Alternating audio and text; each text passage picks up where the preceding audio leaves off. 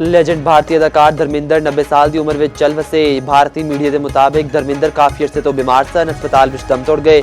धर्मिंदर नूं 2 हफ्ते पहले साल एन विच दुश्वारी की वजह तो अस्पताल ले जाया गया सी। 6 दहाइयों ते मुहित कैरियर विच धर्मिंदर ने शोले, यादों की बारात, मेरा गांव मेरा देश, नौकर बीवी का, धर्मवीर, ड्रीम गर्ल, आस पास वर्गियां अवार्ड याफ्ता फिल्मां कीतियां।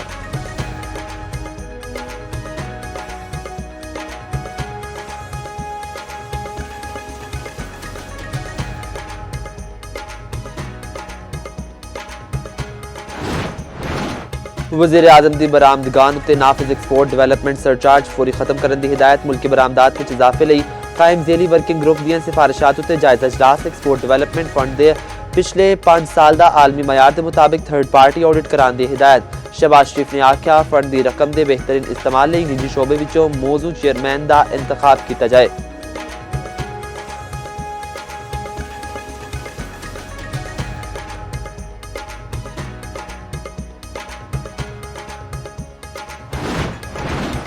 पिशावर विच फेडरल कांस्टेबलरी हैडक्वार्टर्स उत्ते हमले में हलाक दहशतगर्दां की शिनाख्त हो गई। सिक्योरिटी जराये के मुताबिक 3 दहशतगर्द अफगान बाशिंदे सन।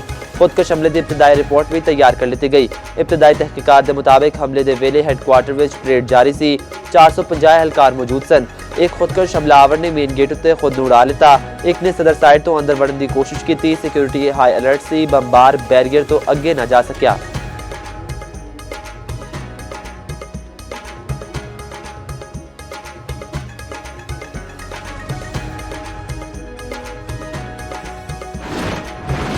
वज़ीर आला KP सुहेल अफरीदी का लेडी रीडिंग अस्पताल का दौरा, जख्मियों की अयादत की। सुहेल अफरीदी ने आख्या पुलिस ते CTD लिए जदीद हथियार खरीदे जा रहे हैं। सिक्योरिटी होर मौसर बनाने जदीद आलात की खरीदारी जारी है।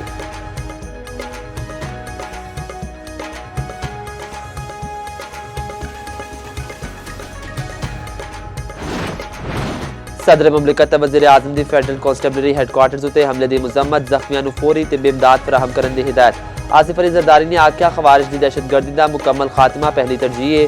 वज़ीर आज़म ने आख्या सिक्योरिटी फोर्सेस की वेले नाल की गई कार्रवाई के बायस वड्डे नुकसान तो बच गए। वज़ीर दाखिला मोहसिन नकवी ने आख्या शहीद जवान साडे हीरोज़ ने, इन्हां दी कुर्बानियां नूं हमेशा याद रखा जाएगा।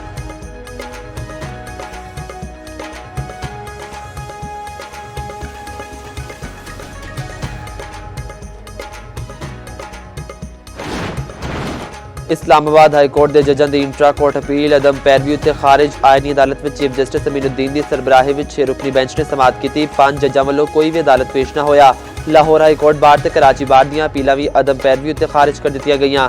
Justice Mohsin Akhtar, justice Babar Sattar, justice Tariq Jahangiri, justice Ejaz Ishaq ते जस्टिस समन रिफत ने अपील दायर की सी।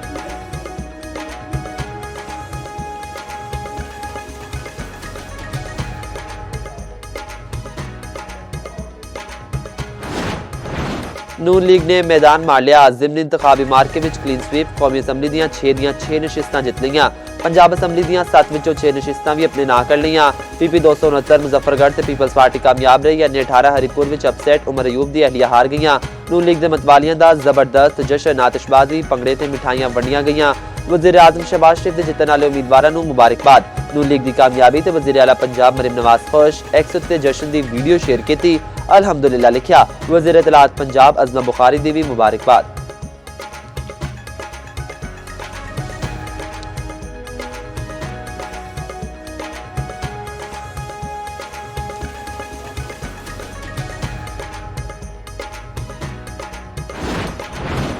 इलेक्शन कमीशन का तलाल चौधरी के भरा बिलाल चौधरी की कामयाबी का नोटिफिकेशन रोकने का हुक्म। NH96 फैसलाबाद के ज़िमनी इलेक्शन में कोड ऑफ कंडक्ट की खिलाफ वर्जी का केस। वज़ीर मुमलिकत तलाल चौधरी की हाजिरी तो इस्तिस्ना की दरख्वास्त मंजूर। डेरा गाजी खान ने ज़िमनी इंतखाबात में ज़ाब्ता इखलाक की खिलाफ वर्जी का केस। मुआविन खसूसी हुज़ैफा रहमान ने इलेक्शन कमीशन को गैर मशरूत माफ़ी मंग ली।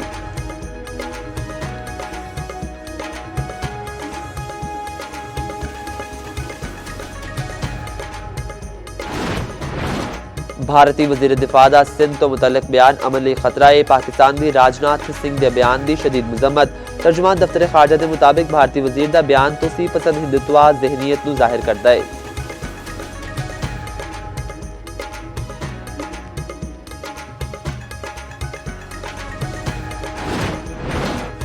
फखरे पाकिस्तान ओलंपियन अरशद नदीम ते यासिर सुल्तान वतन वापस अपड़ गए। जवेलियन थ्रो एथलीट्स दा लाहौर एयरपोर्ट उत्ते शानदार इस्तकबाल। इस्लामी गेम्स विच अरशद नदीम ने सोने ते यासिर सुल्तान ने चांदी दा तमगा जित्तिया। मीडिया नाल गलबात विच अरशद नदीम ने आख्या कामयाबी उत्ते अल्लाह दा शुक्रगुजार हां। यासिर सुल्तान बोले मुकाबले दे दौरान अरशद नदीम ने बहुत हौसला अफजाई की।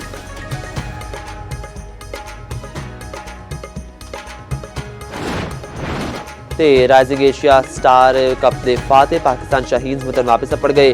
फाइनल में बांग्लादेश ए सुपर ओवर में शिकस्त दी। पाकिस्तान ने तीजी बार इवेंट जितया। चेयरमैन पीसीबी मोहसिन नकवी ने पाकिस्तानी टीम को ट्रॉफी दी। वज़ीर आज़म शहबाज शरीफ, वज़ीर आला सिंध, गवर्नर सिंध की टीम को मुबारकबाद।